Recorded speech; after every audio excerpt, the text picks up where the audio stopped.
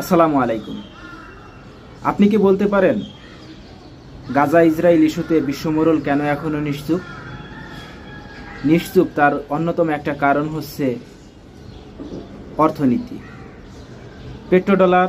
Dollar এবং অর্থনৈতিক নিষেধাজ্ঞার ভয়ে বিশ্বমোড়ল আজ কিছু করতে পারতেছে না।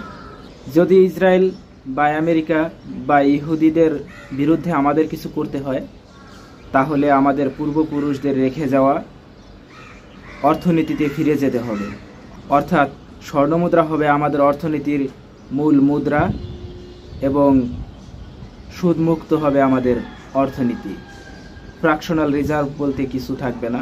প্রত্যেকটা অর্থের এগেনস্টে নির্দিষ্ট পরিমাণে স্বর্ণ মজুদ থাকবে। যদি আমরা এই নীতিতে ফিরে যেতে পারি, তাহলেই কেবলমাত্র সম্ভব ইসলামের বিজয়, ইনশাআল্লাহ।